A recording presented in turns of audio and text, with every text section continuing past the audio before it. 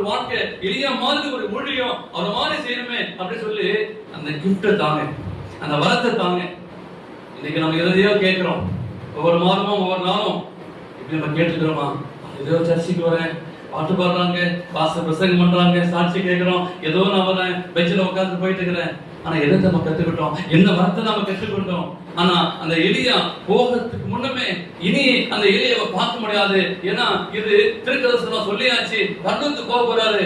ஏதாச்சும் ஒரு காரியத்தை நான் பெற்றுக்கொள்ளணுமே. இதுவரைக்கும் நான் வாழ்ந்த வாழ்க்கை, இதுவரைக்கும் எத்தனை வருஷமான சமுத்திரத்தை சேர்ந்திருக்கிறோம், யோசித்து பாருங்க. என்ன பாடத்தை கற்றுக்கொண்டோம்? எத்தனையோ பிரசங்கம் கேட்கிறோம், எத்தனையோ ஓய்வு நாட்களை கேட்கிறோம், சர்ச்சைக்கு வரோம், என்ன ஒரு பாடத்தை கற்றுக்கொண்டோம். ஆனா எலிசா விடவே இல்லை. அந்த எலியாவிலிருந்து அந்த ஆவிக்குரிய காரியத்தை நான் அந்த இரட்டிப்பான வல்லமையை இந்த காலைகளில் பெற்றுக்கொள்ள வேண்டும். இந்த ஆகஸ்ட் மாதம் ஆரம்பிக்கும் போது இந்த மாதம் முழுக்க எனக்கு பணம் அல்ல, ஆனால் தேவனுடைய வல்லமை இருந்தால் எனக்கு போதும்.